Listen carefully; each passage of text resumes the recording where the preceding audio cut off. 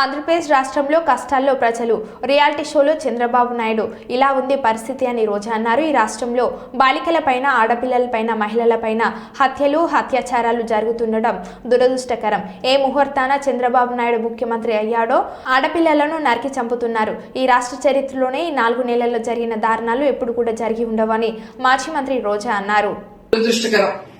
ఏ ముహూర్తాన చంద్రబాబు నాయుడు ముఖ్యమంత్రి అయ్యాడో కానీ దారుణాతి దారుణంగా ఆడపిల్లల్ని నరికి చంపుతున్నారు, తగలబెట్టి చంపుతున్నారు. అత్త కోడళ్ళు, అమ్మ కూతుర్లని లేకుండా, చిన్న పిల్లలను లేకుండా, పెద్దవాళ్ళని లేకుండా, మతిస్థిమితం లేని వాళ్ళని లేకుండా, ఎవరిని వదిలిపెట్టకుండా నేరస్తులు ఎలా అఘాయిత్యాలు చేస్తున్నారో మనం కళ్ళారా చూస్తున్నాం. ఈ రాష్ట్ర చరిత్రలోనే ఈ 4 నెలల్లో జరిగినన్ని దారుణాలు ఎప్పుడు కూడా జరుగుండవు.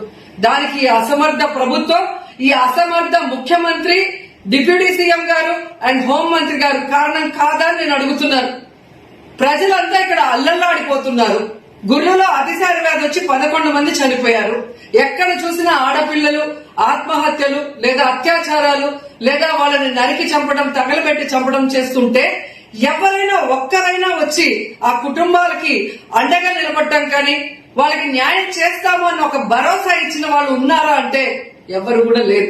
ఎప్పుడు వీకెండ్ అవుతుందా, ఎప్పుడు హైదరాబాద్ కి వెళ్దామా, లైఫ్ ఎంజాయ్ చేద్దామా అనేది మనం కళ్ళారా చూస్తున్నాం. ఈ దేశంలోనే ఏ రాష్ట్రంలో లేదు ఇలాంటి ఒక సిచ్యువేషన్. ఫ్రైడే అయితే చాలు హైదరాబాద్ కి వెళ్ళిపోవాలి. ముఖ్యమంత్రి గారితో సహా ఆయన విహారయాత్ర చేసుకుంటూ వీకెండ్ హైదరాబాద్ లో ఈరోజు రియాలిటీ షోలో కూడా పాల్గొన్నాడు. ఒక పక్క బద్వేల్లో ఆడపిల్లని ఏ విధంగా రేప్ చేసి తగలబెట్టి ఆ పాప ప్రాణాల కోసం మృత్యుతో పోరాడి ఈ రోజు చనిపోయింది. కానీ ముఖ్యమంత్రికి ఎటువంటి బాధ లేదు, డిప్యూటీ సీఎం కి ఎటువంటి బాధ లేదు, హెచ్ఎం కి, హోమ్ మినిస్టర్ కి ఎటువంటి బాధ లేదు. వాళ్ళకి లైఫ్ ఎంజాయ్ చేయాలి, పవర్ ఎంజాయ్ చేయాలి. ఇంతకన్నా సిగ్గుచేట మరొకటి ఉందని నేను అడుగుతున్నా. ఒక ముఖ్యమంత్రిగా ఉండి రాష్ట్రంలో ఇంతమంది మీద అఘాయిత్యాలు జరుగుతుంటే వాటిని పట్టించుకోకుండా, ఆ కుటుంబాలకి పరామర్శ లేకుండా, వారికి ఎటువంటి సపోర్ట్ చేయకుండా రియాలిటీ షో అన్స్టాపబుల్ అనుకుంటూ చేసుకుంటుంటే ఇంతకన్నా దురదృష్టకరం ఏ రాష్ట్రానికైనా ఎలాంటి ముఖ్యమంత్రి ఉంటారని నేను అడుగుతున్నా.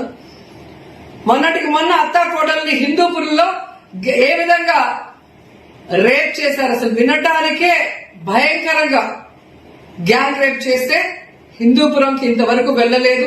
ఆ కుటుంబానికి ఎటువంటి సపోర్ట్ చేయలేదు బాలకృష్ణ గారు. కానీ షూటింగ్ లో బిజీగా ఉన్నాడు.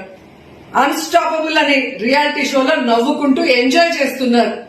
ఇలాంటి వాళ్ళగా మేము ఓట్లు వేసామని చెప్పి జనం కన్నీళ్లు పెట్టుకుంటున్నారు. ఇంత బాధ్యత లేని వాళ్ళు, ఇంత అసమర్థుల్లా మేము ఎన్నుకున్నది అని ప్రజలు ఈ రోజు బాధపడుతున్నారు. నిజంగా ఈరోజు మేము చెప్తున్నాం, మీరు ఇలాగే కనుక చేస్తూ ఆడపిల్లల్ని రక్షించే కార్యక్రమాన్ని పక్కన పెడితే మేము ఊరుకునే పరిస్థితి లేదు.